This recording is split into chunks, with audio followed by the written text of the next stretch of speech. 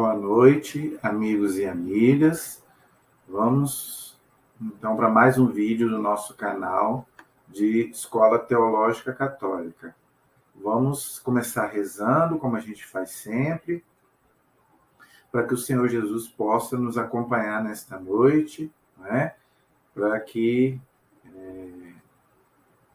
aquilo que for falado aqui, né, possa cair no nosso coração, na nossa inteligência, para que a gente possa entender aquilo que o Senhor quer nos falar nesta noite. Em nome do Pai, do Filho e do Espírito Santo. Amém. Vinde, Espírito Santo, enchei os corações dos vossos fiéis e acendei neles o fogo do vosso amor. Enviai, Senhor, o teu Santo Espírito, e tudo será criado, e renovareis a face da terra. Oremos, ó Deus, que instruíste os corações dos vossos fiéis, com a luz do Espírito Santo. Fazei que apreciemos retamente todas as coisas, segundo o mesmo Espírito, e gozemos sempre da sua consolação. Por Cristo Senhor nosso. Amém.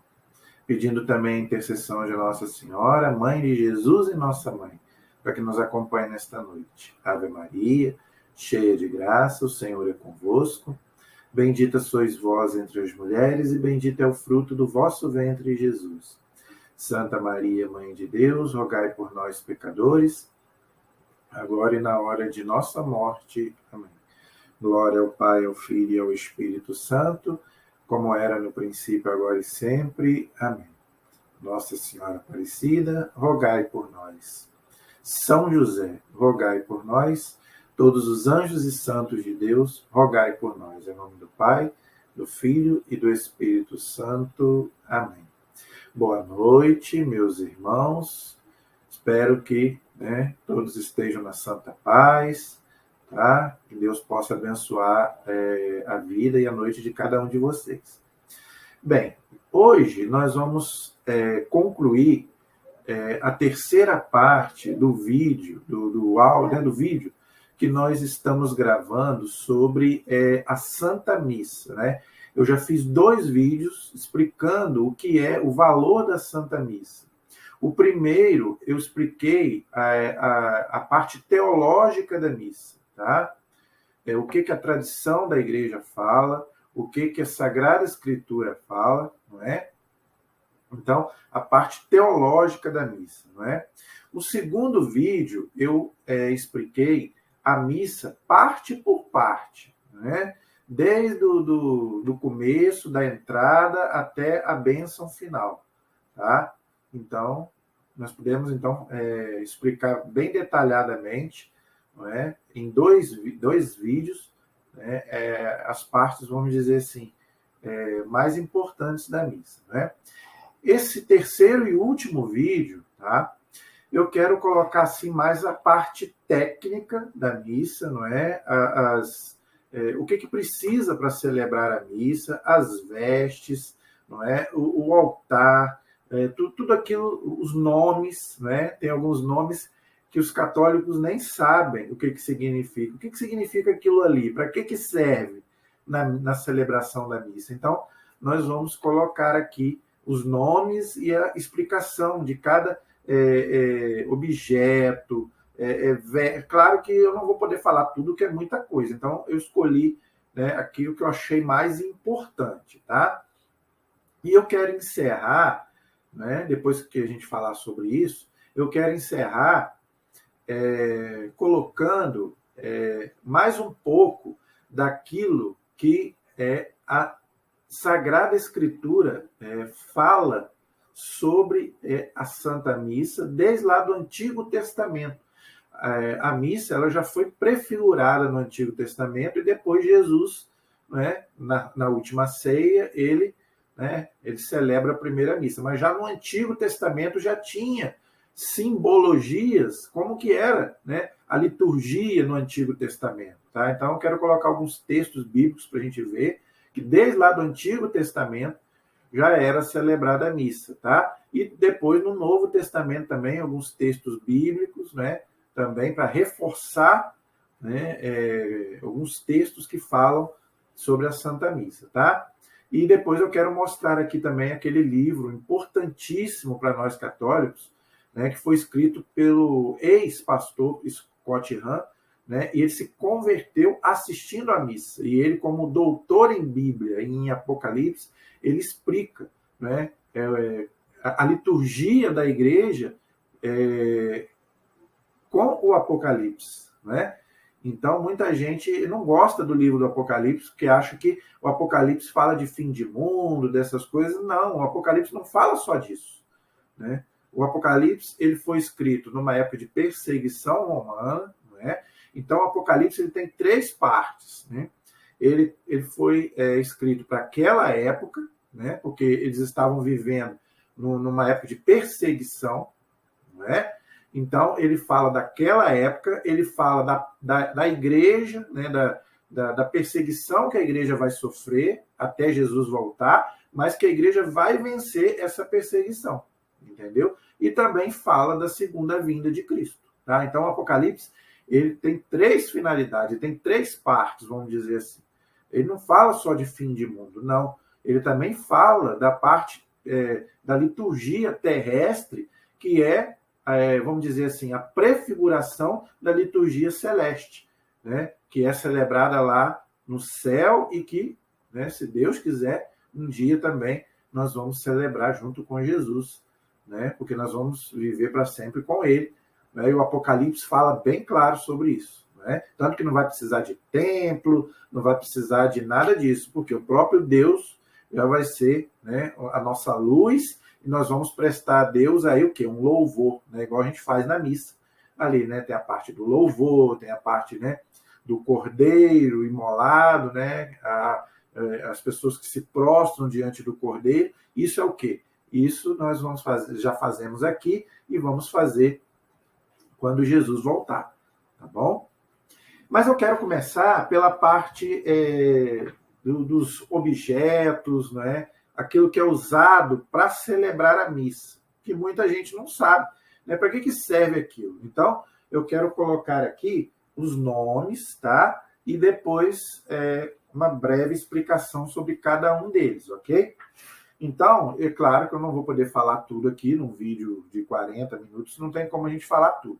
Então, eu fiz aqui uma seleção, tá? E a gente vai explicando para vocês aí cada função de cada objeto, né, que vestes, tudo aquilo que a gente precisa para celebrar a missa, tá bom? O sacrifício de Cristo, que é tornado presente no altar, como eu já expliquei no primeiro vídeo, tá? Então, vamos lá. Tem que ter, né? Eu vou por ordem alfabética, tá? Então, eu vou por ordem alfabética, ok? Então, vamos lá. Água. Então, para que serve a água na liturgia, na missa, tá? A água, ela tem que ser natural, obviamente, tá? E ela é usada pelo sacerdote para lavar as mãos, tá? Para ele se purificar, porque ele vai oferecer a Deus o sacrifício, né? Então, antes dele fazer ali as oferendas, né? Fazer a transubstanciação, ele lava as mãos. Então, se você reparar bem, aquele gesto, né? Que os ministros e o coroinha trazem aquela água ali, né, e o padre lava as mãos e depois seca com, né, o pano, ele está o quê? Se purificando, porque ele vai oferecer o sacrifício em nome de Cristo. A gente sabe que o sacerdote ali, ele atua na pessoa de Cristo. Né? Então, ele também tem que se purificar também, entendeu? Então, a água serve para isso. E aquela água que eu já falei no último vídeo, repetindo, aquela gotinha de água que ele coloca, né, no vinho, é o quê? A humanidade, a nossa humanidade unida à divindade de Cristo, que representa ali o vinho, né, que vai se tornar o sangue de Cristo. E também, Jesus ele tem as duas naturezas, a divina e a humana. Então, é o quê? A humanidade de Cristo que se une à divindade de Cristo. E também a nossa humanidade, que nós também vamos receber, aqueles que podem, né, vai receber, né, o corpo e sangue de Cristo, tá? Então, a água serve para isso, na liturgia, tá bom? O altar, né? Toda missa tem que ter o altar, né? Toda igreja católica ela tem que ter o altar, eu já falei, né? O altar simboliza o quê? O Cristo, né? O Jesus que vai ser imolado, né? Como se fosse ali mesmo, né, a cruz, né, do Calvário mesmo. Então, o altar, ele simboliza também a mesa que vai ser celebrada o sacrifício de Cristo, né, onde Jesus celebrou a missa, a ceia com os seus discípulos, tá? E esse altar, ele é benzido pelo bispo. Então, quando é feita uma igreja, o bispo, ele faz lá a bênção do altar, onde vai ser celebrada a missa, o sacrifício de Cristo, tá? E ali vai ser feita a consagração, né, do corpo e sangue, no pão e no vinho, no corpo e sangue de Cristo. Então, gente, o altar é a parte mais importante, onde vai ser, né, Cristo vai ser imolado. Então, é o lugar mais importante da celebração ali. Por isso que a gente deve ficar sempre, né, olhando para o altar, né, na hora da consagração, né, de joelhos, logicamente, tá? Que é a parte mais importante, ok? Ambão. O que é o ambão? O ambão é o lugar onde vai ser feitas as leituras da missa. Então, aquele lugar lá onde o padre, né, vai ler o evangelho e os leigos, né, os ministros, ou o diácono vai fazer as leituras, chama-se ambão, tá?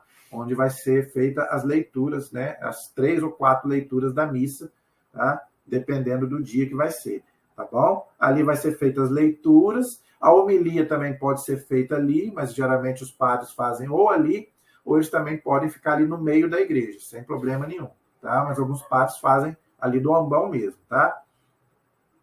E ali é proclamado também os salmos, né? E tudo é proclamado ali de leituras, vamos dizer assim, tá bom? Então, o ambão é onde vai ser feita as leituras na missa, ok?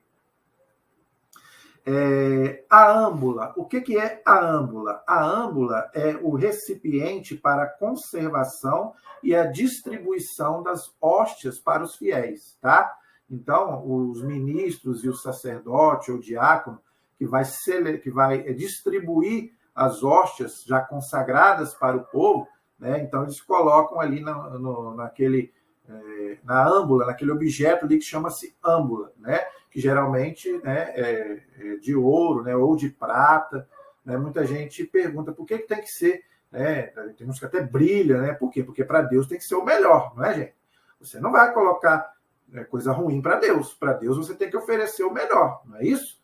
Se Jesus for na sua casa, você vai receber ele de qualquer maneira? Não, você vai oferecer para ele o melhor. Então as coisas na igreja tem que ser também o melhor, tá bom? Aspersório. O aspersório é um instrumento em que o sacerdote joga água benta no povo, né? Aquele recipiente que o padre joga água benta chama-se, né, aspersório, tá? A gente sabe que a água benta é um sacramental. Eu já expliquei sobre isso aqui no vídeo, né? Então, quando tem uma celebração importante que o padre acha que deve aspergir o povo com água benta, aí então ele usa o aspersório, tá bom? E você deve ficar, né, assim e receber a água benta do sacerdote, tá bom? O báculo. O que é o báculo? O báculo é o cajado do pastor que o bispo usa, aquele cajado. Quando o bispo entra na celebração, não tem? Igual o cajado de Moisés, que ele abriu o Mar Vermelho, não tem? Então, aquele cajado que o bispo usa chama-se báculo, tá? É o quê? É o símbolo da realeza, né? do poder sacerdotal, não, do episcopado do bispo, né? Ele ali representa o quê? Os apóstolos, né? Ele é sucessor dos apóstolos. Então, ele ali, né, através da sucessão apostólica, ele, né, sucede os apóstolos. Então, ele usa aquele cajado, né, igual Moisés também usava, né? Do quê? O pastor, o bom pastor também, que o quê? Que rege as ovelhas, né? Então, a gente sabe que o pastor ele tem também aquele cajado onde ele toca, vamos dizer, as ovelhas para que as ovelhas não fujam, né? Então, simboliza também o quê? O bispo, ele é o pastor, ele é o bom pastor, né? Como Jesus. Então, ele usa aquele cajado, tá bom? Né? Então, quando você vê aquele cajado, chama-se báculo, tá? É o bispo que usa, ok? O cálice. O que é o cálice? O cálice é onde se coloca o vinho para ser consagrado. Então, aquele recipiente onde o vinho vai ser consagrado, que o padre levanta, né, para fazer a consagração, chama-se cálice, porque Jesus, né, já fez isso na última ceia. Né? Esse é o cálice do meu sangue. Então, ali o vinho vai se transformar no sangue de Cristo. Então, aquele objeto se chama-se cálice, ok? Corporal. O que é o corporal? É o sagrado linho que se coloca sobre a toalha do altar para colocar-se, né, a patênia e o cálice. Então, aquele pano que o sacerdote ou diácono abre, chama-se corporal, ok? E ali vai ser colocado o cálice e também a patena, né, onde vai ficar a hóstia e onde vai ficar o vinho, o pão e o vinho que vão ser transformados no corpo e sangue de Cristo, tá? Então, aquele pano chama-se corporal, ok? Crucifixo, eu já falei, mas vou retomar. O crucifixo, ele tem que ser colocado de frente para o celebrante, tá? De costas para a gente e de frente para o celebrante. O crucifixo, ele simboliza o quê? O sacrifício de Cristo por nós, na cruz, tá? Então, tem que ser um crucifixo mesmo com Jesus crucificado, tá? Nada de colocar um crucifixo lá puro, vazio, nada, né? Não, tem que ser um crucifixo mesmo, com o Cristo crucificado, para quê? Para nos lembrar do sacrifício de Cristo por nós na cruz, tá? E ele fica virado para o celebrante, ou seja, ou para o padre ou para o bispo, tá bom? Então, o crucifixo, ele é obrigatório na missa, tá bom? O candelabro são aqueles castiçais onde fica, né, que a gente, né, chama de vela, né, mas não é vela, é candelabro que fala, né? São 3, né, de um lado e 3 de outro. Representa o quê? A ressurreição de Cristo. Eu também já expliquei sobre isso, tá, no vídeo passado. Então, aquilo se chama candelabro, tá? Muita gente acha que aquilo é um sacramental, logicamente, mas aquilo, esse candelabro já existia desde lá do Antigo Testamento. Se você ler, né, algumas passagens lá do Levítico, do Deuteronômio, né, você vai ver que era celebrado ali pelos judeus, né, e ali no templo tinha o candelabro. No templo de Salomão também tinha. O tabernáculo que Moisés fez também, ele mandou colocar lá os candelabros também. Por quê? Representa o quê? A luz, né? Deus é a luz. E no Novo Testamento representa a ressurreição de Cristo. Então tem que ter lá o candelabro, tá? E aceso, tá? Para celebrar a missa, ok?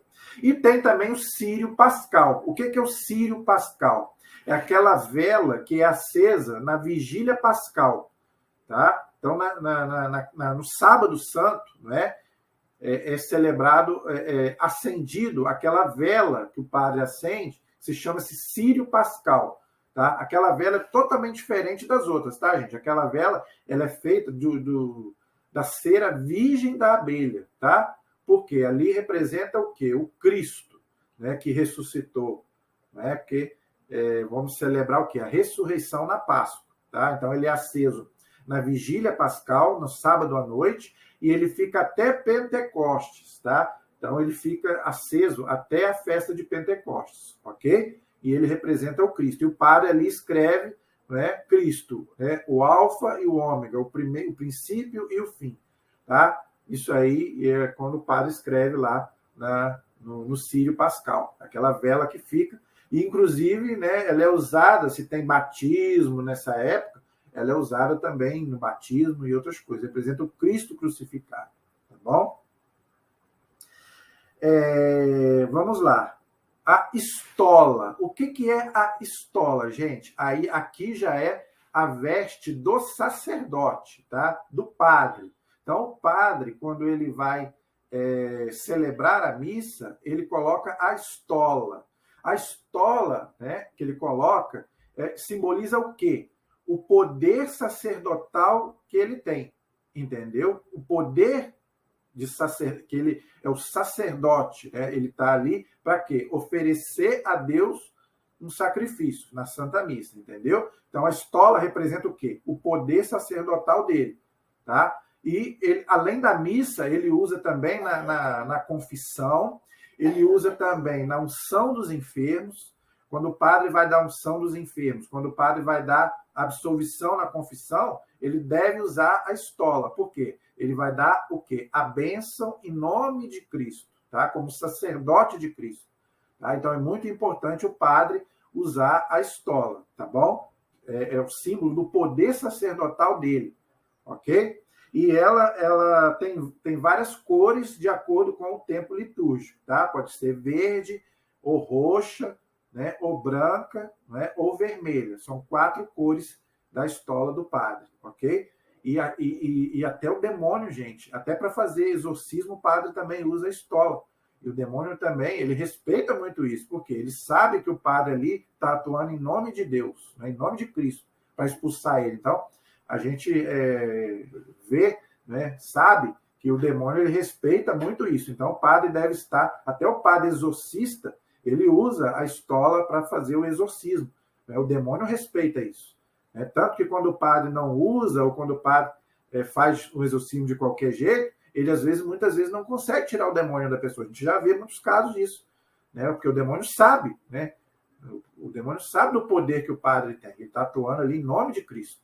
Então, o padre deve estar paramentado. E para celebrar a missa, ele também tem que usar a estola, que é o poder sacerdotal dele, o poder de Cristo. Não é dele, o poder não é dele, o poder é de Cristo que atua nele. Tá bom? Então, ele deve estar paramentado com a estola. Tá bom? Galetas. O que é galetas? Galetas são 2 jarras que são colocadas para quê? Para o vinho e para a água, tá bom? Então, aquelas 2 jarras que são colocadas ali no altar, né, chamam-se galetas, tá? Uma para o vinho e outra para a água, ok? As hóstias. Todo mundo sabe o que é as hóstias, né? Antes da consagração, não é? É um pão, né, vamos dizer assim, ázimo, tem que ser pão ázimo, ou seja, sem fermento.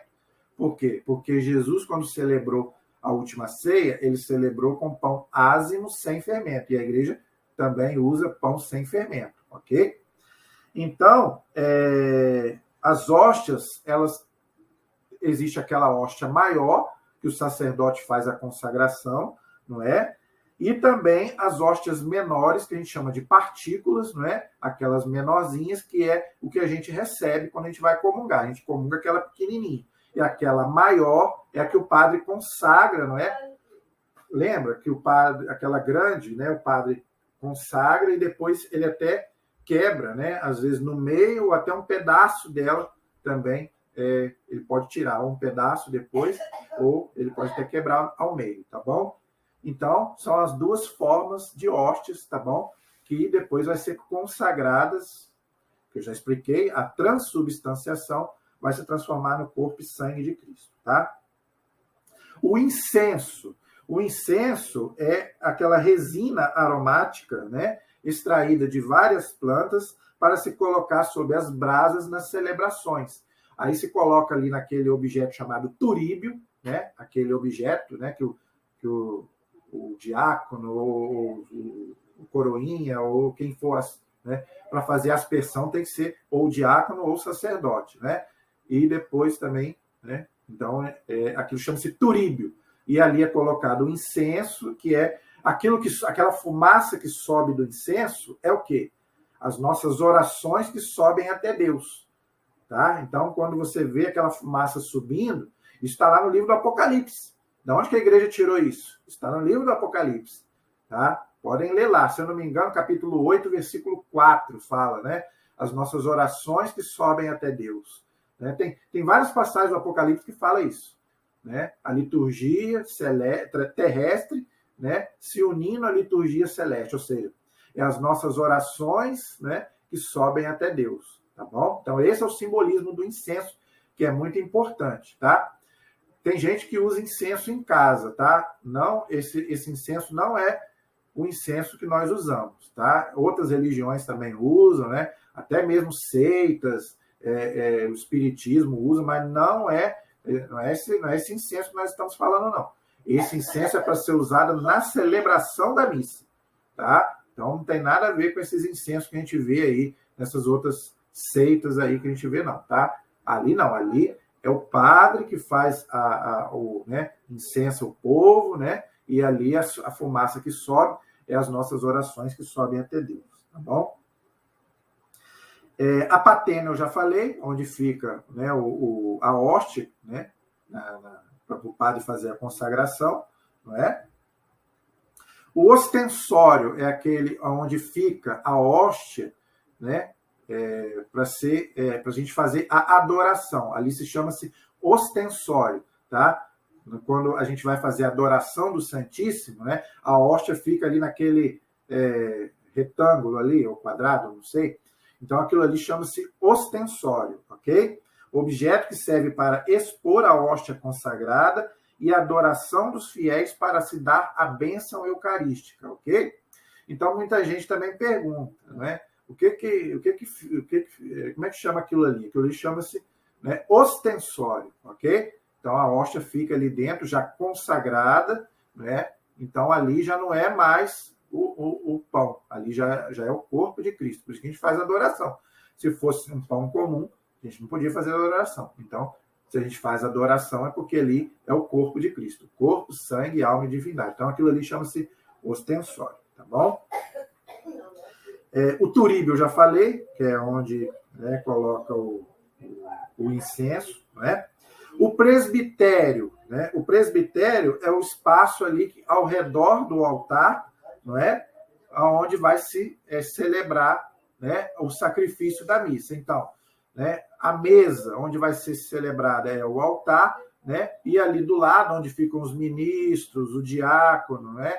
E os coroinhas, ali chama-se presbitério. Ali, gente, só pode ficar quem vai celebrar a missa e quem vai ajudar o padre, tá?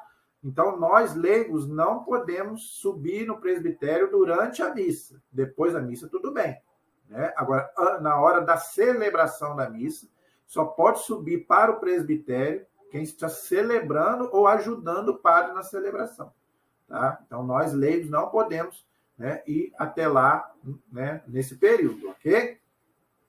Somente quem estiver celebrando ou ajudando o padre. Sacrário ou tabernáculo. Depois que as hóstias são consagradas e todo mundo comunga, o padre vai e coloca no sacrário, né? É aquela urna onde as hóstias são colocadas ali, né? Geralmente no fundo da igreja ali, onde a gente também vai ali para fazer adoração, rezar, né? Por quê? Porque as hóstias, né, já consagradas, que agora já é o corpo de Cristo, ficam ali depositadas, né, para a gente poder fazer adoração, fazer nossas orações. Jesus está ali presente. Por que fica fechado? Por causa de profanação, para que ninguém possa profanar, jogar, né? Muita gente pode fazer muitas coisas ruins ali, então por isso que fica fechado. Mas as hóstias ficam ali dentro, tá? São retiradas depois para a comunhão, para levar para um doente que não pode ir à missa, né?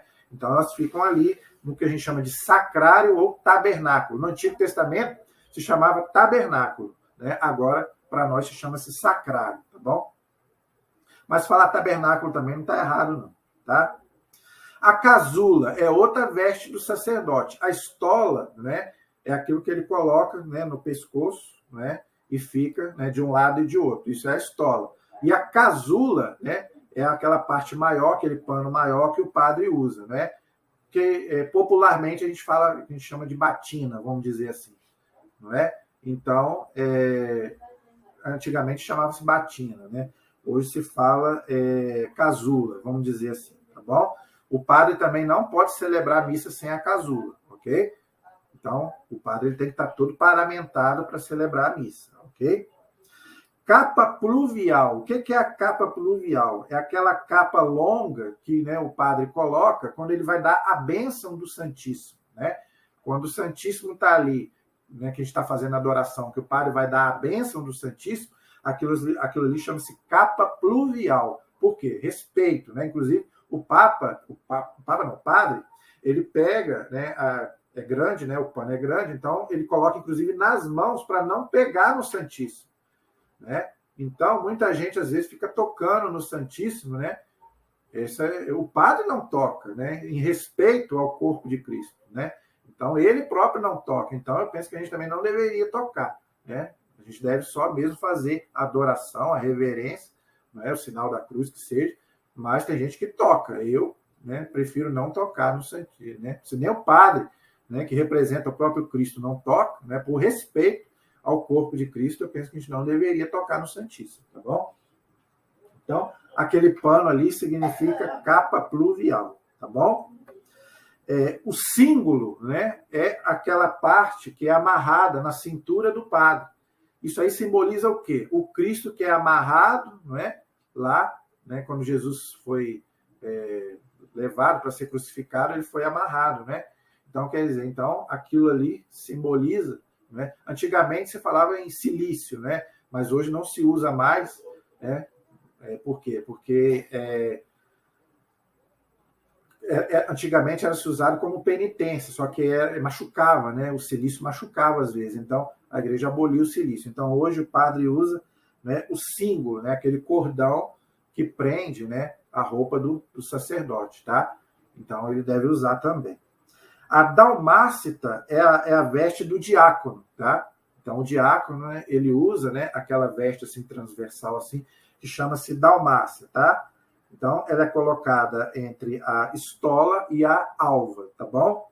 Que é a túnica, no caso, tá? Só que é aquela, assim, vamos dizer, transversal, assim, para diferenciar da veste do padre, tá bom? Para a gente não confundir o diácono com o padre, ok? O véu humeral. O véu humeral, né, é aquele manto nos ombros que o padre usa também para dar a bênção do Santíssimo. Ok? Então ele também coloca para poder, e também para poder fazer, né, quando tem que fazer uma procissão, dia de procissão, por exemplo, então ele também usa o véu humeral também aqui nos ombros também, tudo isso em respeito, né, ao Santíssimo que ele está transportando e também para dar a bênção do Santíssimo, ok? Então, gente, eu penso que eu já falei tudo que eu tinha para falar aqui, tá bom? E tem aqui também alguns atos que a gente deve também fazer na missa. Por exemplo, temos o ato de ajoelhar também, né? A gente se ajoelha na hora da consagração, né? Na hora de ler, de ouvir as leituras, a gente fica sentado. Na hora de ouvir o evangelho e a oração eucarística, a gente fica de pé, tá bom? Então, tem várias formas da gente ficar durante a missa, ok?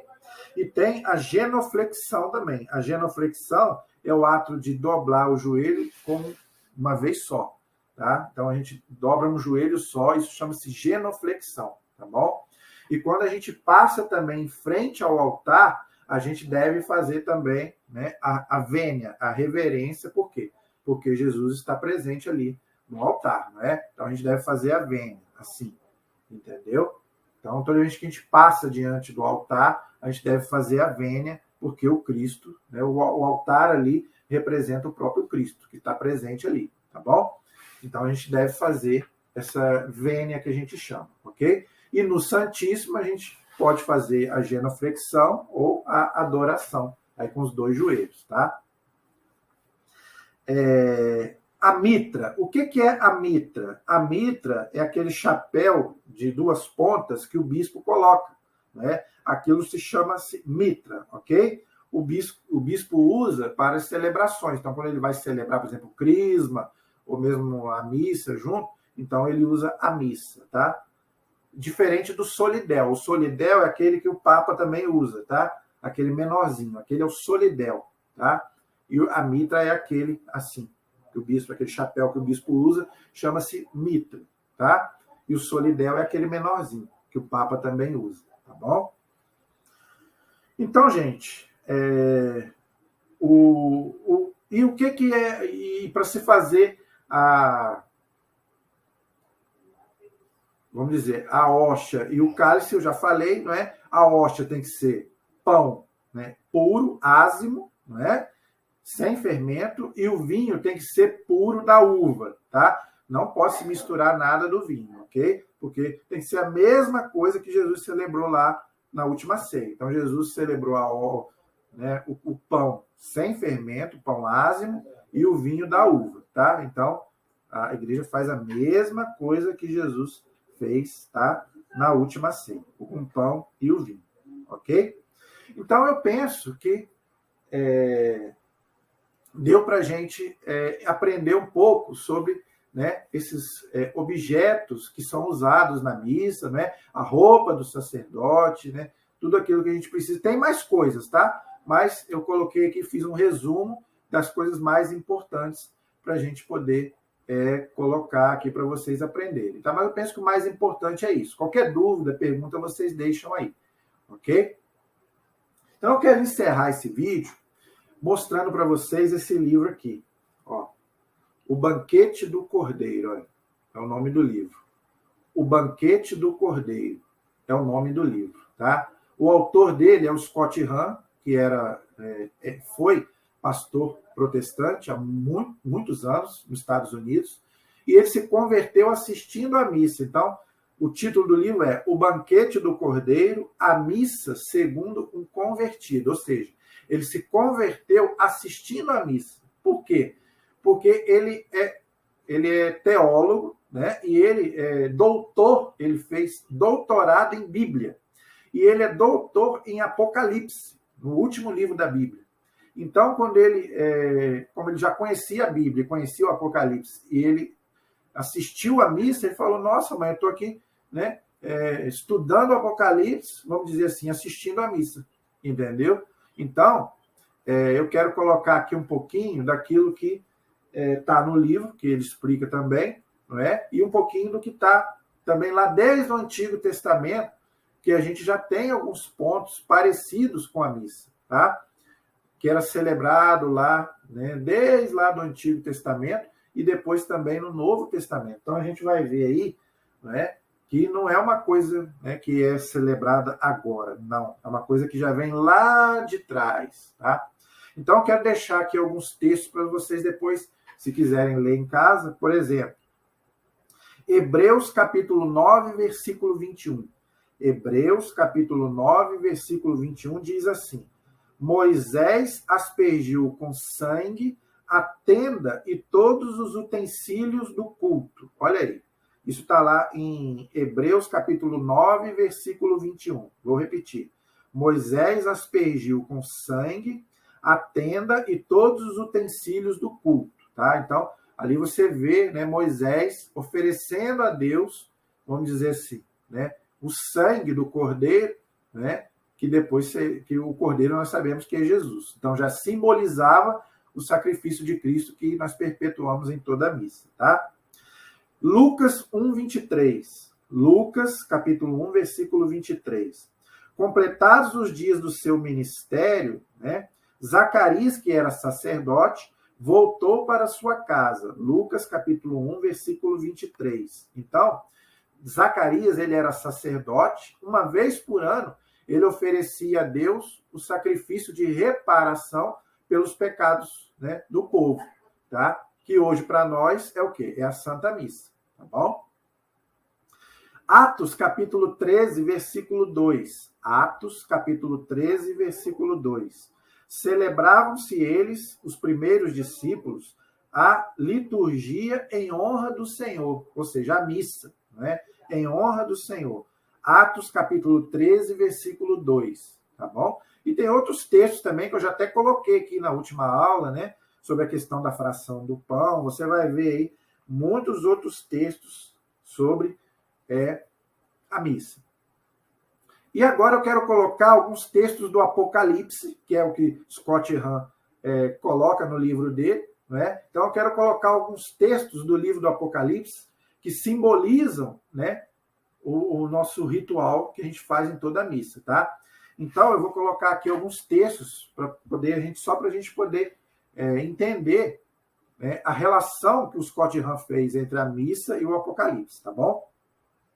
Então, o Apocalipse de São João, o último livro da Bíblia, mostra-nos um pouco desta liturgia celeste. Então, ele faz essa correlação da liturgia, né, da terra com a liturgia celeste, ou seja, né, o céu, né, onde Deus está, né, e com ele está o quê? Todos aqueles, os anjos, os santos, todos eles, né? Então ele faz essa correlação bonita, né? Tem uma santa da igreja que fala, Santa Catarina de Sena, ela vai dizer que, Santa Teresa d'Ávila, desculpa, Santa Teresa d'Ávila vai dizer, onde está Deus, está toda a corte, todos os seus súditos, onde está o rei, está todos os súditos, né? Então, quer dizer, bonito, né? Então, quer dizer, onde está Deus, ou seja, no céu, Deus está onde? Deus está no céu. Estão aqueles, né, que estão diante de Deus, né? Ou seja, os anjos, os santos, a Virgem Maria, fazendo o quê? Fazendo o mesmo que nós estamos fazendo aqui na Terra, ou seja, né, oferecendo a Deus, primeiro, um culto, né? Ou seja, uma adoração, também os nossos pedidos, agradecimentos, mas o quê? Primeira coisa é adorando a Deus, tá bom? Então, um trono no céu e, né, diz assim, um trono no céu e no trono alguém sentado, Apocalipse 4:2, tá? É o Senhor Deus, Isaías 6:1, Ezequiel capítulo 1, versículo 26 a 28, tá vendo? Então ele faz essa correlação entre o Apocalipse, outros textos bíblicos, tá bom? E a celebração da missa, tá bom? Em seguida, o cordeiro imolado de pé, Apocalipse 5:6, João 1:29. Aí, tá vendo? O cordeiro imolado, por isso que o padre fala, né? Eis o cordeiro de Deus, né? Aquela oração que a gente faz na missa, né? Que tira o pecado do mundo, né? Então a gente faz essa oração, né? Cristo crucificado e ressuscitado, o único sacerdote do verdadeiro santuário. Isso está em Hebreus capítulo 4, versículos de 4 a 15, Hebreus 10, 19 a 21. Tá? Então, fala que Cristo é o único sacerdote. Então, o padre ali, ele celebra na pessoa de Cristo. Eu já expliquei sobre isso, né? O rio de água viva que saía do trono de Deus e do Cordeiro, Apocalipse 22:1. Né? Um dos mais belos símbolos do Espírito Santo. Está em João 4, 10 a 14 e Apocalipse 21:6. Né? Continuando aí. As potências celestes, Apocalipse 4:5, Isaías 6, 2 a 3. Aquela parte que fala santo, santo, santo. Na missa, a gente não fala? Santo, santo, santo é o Senhor Deus do universo. Isso é tirado de onde? Apocalipse 4:5, Isaías 6, de 2 a 3. Entendeu? Chega a me arrepiar. Entendeu? Então, quer dizer, tá vendo como é que o Scott Hahn ele faz a correlação entre a missa e o Apocalipse? Entendeu? Então, tudo aquilo que a gente fala na missa é tirado de onde? É tirado do Apocalipse. Entendeu? Continuando aí. A criação inteira simbolizada nos 4 seres vivos do Apocalipse, não é? E os servidores da nova e da antiga aliança simbolizados pelos 24 anciãos, entendeu? Que são as 12 tribos de Israel com os 12 apóstolos do Cordeiro, né? E o novo povo de Deus, quer dizer, os 144 mil de Apocalipse 7, de 1 a 8 e 14, 1. Então, aqueles 144 mil eleitos são quem? Todos os salvos, todos aqueles que creem em Cristo. Isso está lá no Apocalipse, entendeu? Em especial, os mártires, ou seja, os santos, aqueles que deram a vida por Cristo, que foram imolados por causa da palavra de Deus, Apocalipse 6, 9. Por isso que a igreja faz aquela oração, entendeu? Né? Pedindo, né, a intercessão, né, dos santos, dos mártires, né? E também de todos aqueles que já estão diante de Deus, tá bom? Isso é tirado de onde? Apocalipse 6, 9. Tá bom? E a Santa Mãe de Deus, a mulher, Apocalipse 12, a Virgem Maria. Por isso que a igreja pede, né? Em comunhão com a Virgem Maria, os anjos, os santos. E os anjos também aparecem no Apocalipse oferecendo a Deus as nossas orações, como eu já tinha falado antes, a questão do incenso. Então, quem é que leva as nossas orações a Deus? São os anjos. Apocalipse 8, 4. Tem muitos outros textos que falam, não é? A esposa do Cordeiro. Quem que é a esposa do Cordeiro? A igreja, que oferece a Deus o louvor, a adoração. Isso está em Apocalipse 21, 9. E, finalmente, né, toda a multidão imensa, né, de toda nação, povo, raça, língua, Apocalipse 7, 9. Então, quando a igreja pede, né, aquelas orações por todos, pelo Papa, pelos bispos, pela igreja, né, então é tirado de onde? Né? Apocalipse 7, versículo 9. Tá? E eu quero encerrar, já estamos com 44 minutos, eu estou com a minha Bíblia aqui, abertinha, não é? Eu quero encerrar com o livro do Apocalipse, no finalzinho do livro do Apocalipse. Eu quero ler para vocês o que diz, né, o Apocalipse. No capítulo 19, a partir do versículo 6, Presta atenção. Apocalipse 19, versículo 6.